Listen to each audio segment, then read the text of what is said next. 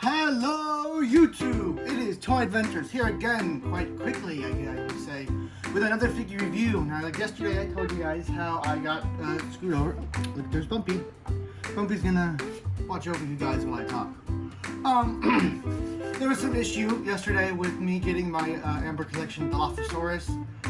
Okay, so the plot thickens. Basically, yesterday I was told that my package was delivered in a parcel locker and the key was never put in my mailbox. Because the way my mailbox system works, it's like a box and then each resident has their own little slot, and then at the bottom there's a big package and then there's a little package box, and for, you know, certain packages under a certain size will get put in there for protection, I assume. It's been like that for years, ever since I moved here. Anyway, getting on to back to track. I was told it was in there. I looked in my mailbox. There was no key, period, for the box. So I assumed that they put it in the wrong box. Well, I get home defeated, do the review, and then go to bed for the night, which was only at like 6. Because I was so over it. And when I get woken up, telling me that my package is here. And then I look at the box and it's way too big to be put in a parcel locker. Well, I don't know what happened. Some Twilight Zone episode just occurred while I was sleeping. And thanks to it, now we have today's review. Sorry, Bumpy, you gotta move. Today, we are taking a look at the Amber Collection Dilophosaurus. This has probably been, for sure has been my most anticipated of the Amber Collection so far. I don't care about Charlie, I don't care about Blue, I don't care about Delta, I don't care about Owen, I don't care about Ian. I'm not a 6-inch collector. But there's a reason I immediately got hyped as soon as I saw this reveal.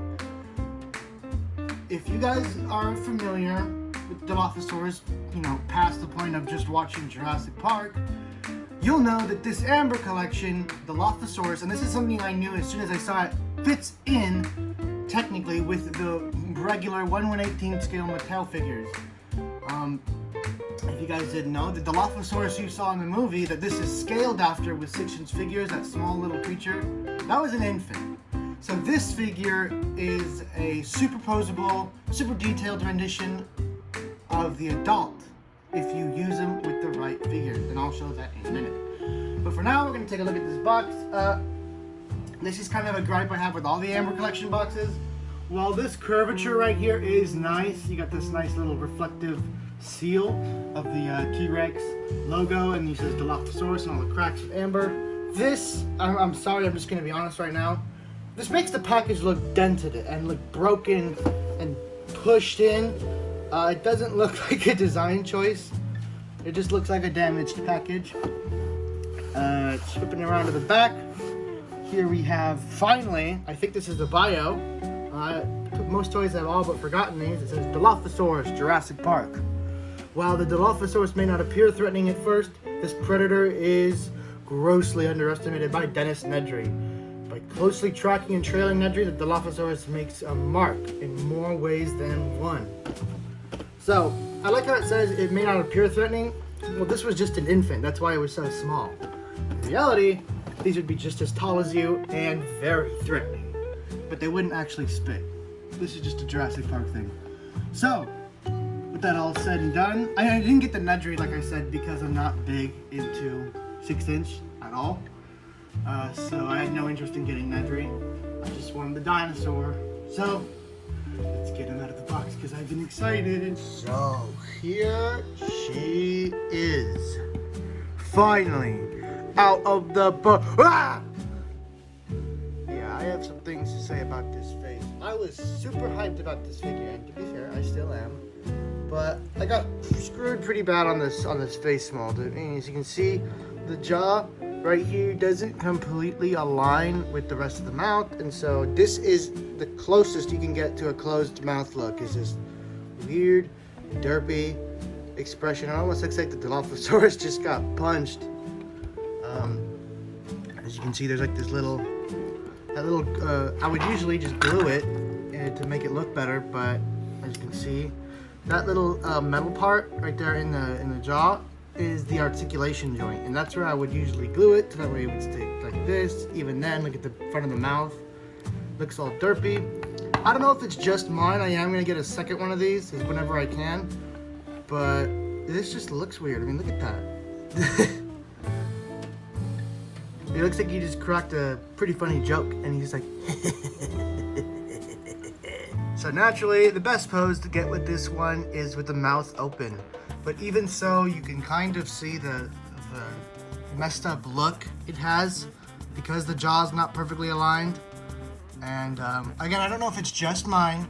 I've had pretty bad luck with the Amber collection.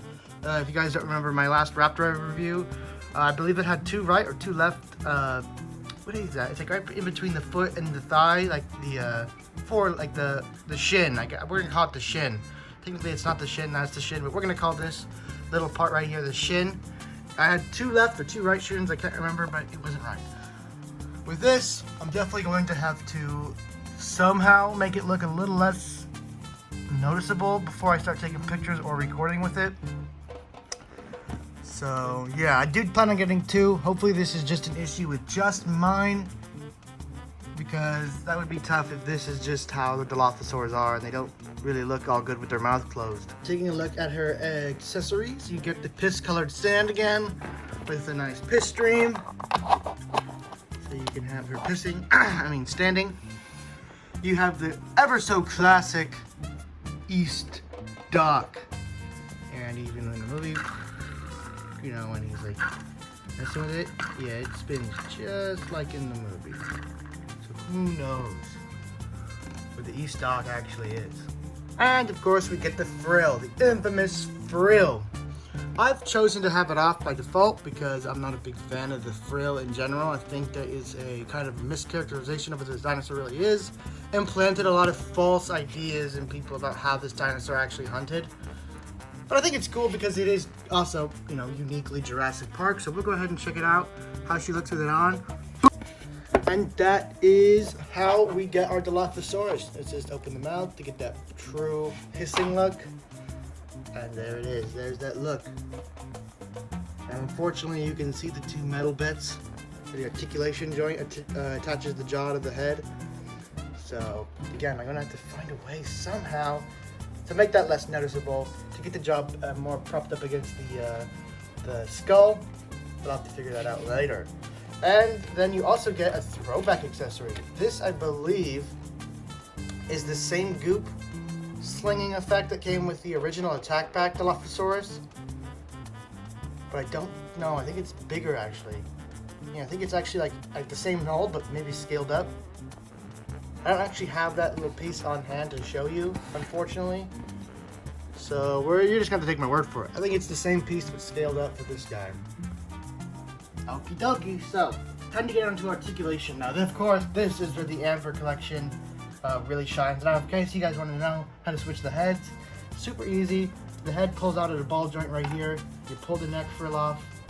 You take this, make sure the skin flap's facing towards you. You just push it on like that. And then you take this, you see the top part of this plastic on the head? You want to slip that under the rubber skin bit as you push it into the ball peg. Push the skin bit a little forward, and there you go, seamless. Very, very thoughtful of Mattel to include such an accessory as the no frill neck. Big, big W on Mattel's part. So, articulation, we're gonna start with the head. Of course, the jaw opens to about this wide, closes about that well. Still got that weird looking jaw. You have a ball joint here at the base of the neck. Moving down here to the base of the neck of the body. I meant like the top of the neck, whatever. It's another ball joint going on right here. So you have pretty good movement, not crazy like Monster Arts. If there's Monster Arts, you probably have 2 or 3 joints right here in the neck. But you do get a very nice range of movement.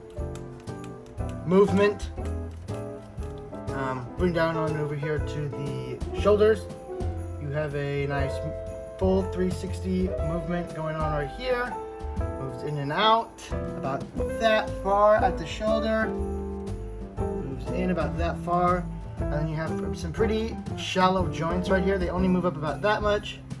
and that far, so don't try and force them. These will break. These aren't the strongest of joints in the world. And then at the hand, you have the same thing you had at the elbow. You can get the kind of dingle like that.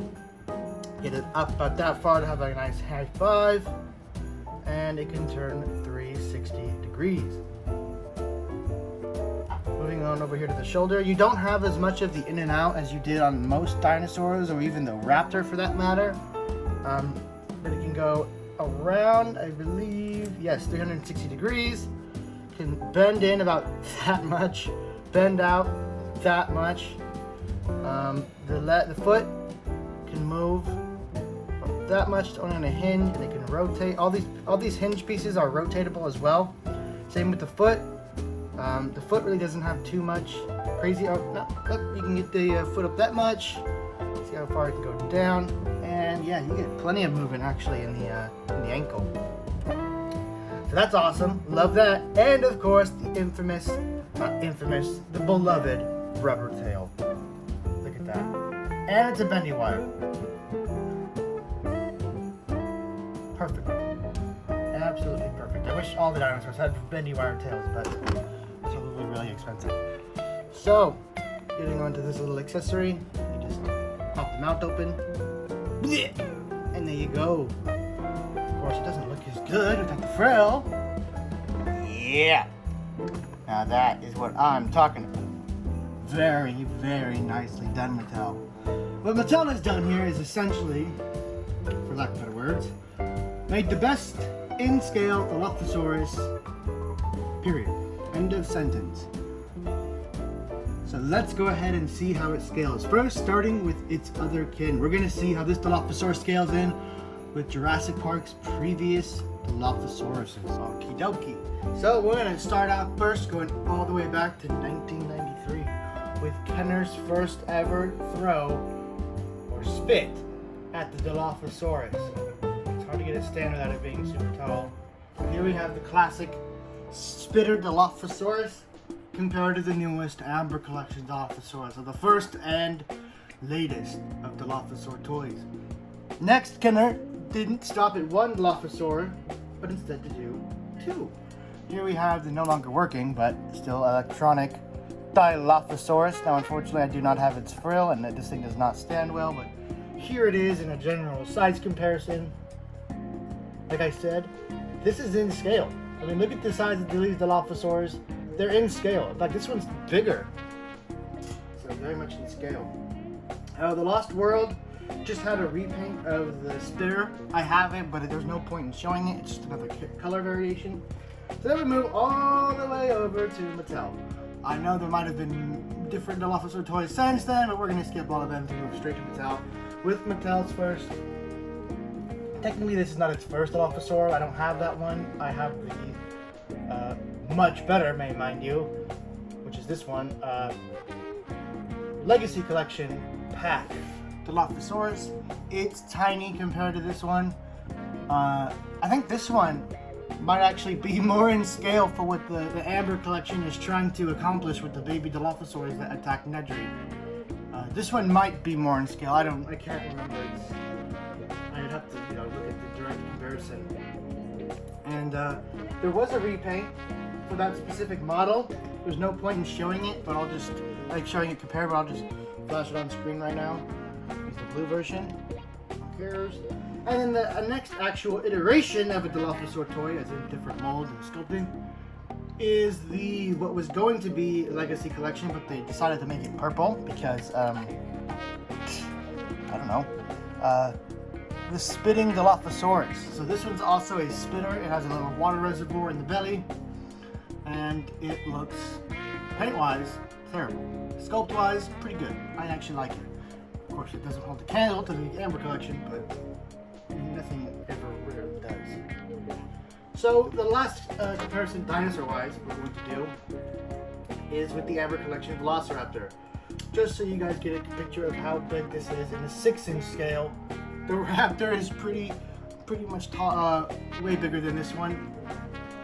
But They're all meant to be in scale, so it's chill. So that's the Amber collection with this one, and now we're gonna check it out with humans, so I can explain what I mean by saying this is a more 1/18 scale Dilophosaurus than it is a 6-inch.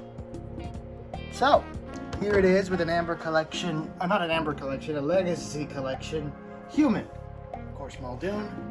This is not even actually fully in scale. This still seems kind of like an infant to how the Dilophosaurus really would be. And then we take a Marauder's human, so they're actually taller than Mattel's, quite a bit so. That's how they scale in with the Marauder's figures. Still, just as good, and you'll still get some great pics, meaning I'll get some great pics. So that's pretty much all I had to talk about this dinosaur toy. I'm trying to think. No, I don't really have any other points to bring up. This Amber collection wave seems very promising. I don't know where exactly it'll go. They're gonna run out of small dinosaurs to make, so eventually, if they want to keep this line going without it being all just humans, they're gonna have to, you know, go big. I know people are using the Super Colossus as their Amber Collection T-Rex, but it's just not going to fit. It's not in scale. It's not half as detailed, and it's not half as articulated. So hopefully they go big one day and just say, here's a T-Rex. We don't care anymore, here's a T-Rex.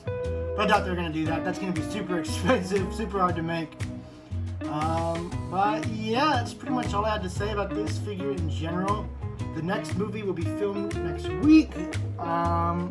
I don't think this one's going to be in it. It's going to be in the next movie because this next movie is going to be a little too action for the Dilophosaurus to have enough screen time to show up.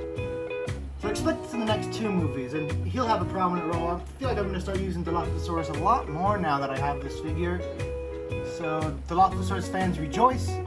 Your boy is about to join the screen a lot more than he ever used to, or she ever used to. So, guys, this has been a Toy Adventures figure review. Thank you so much for watching. Go ahead and check out my Instagram down below for some toy photography updates and whatnot. And subscribe. Thank you so much for watching. This has been Toy Adventures. Signing out. I'm gone. Bumpy, send us away.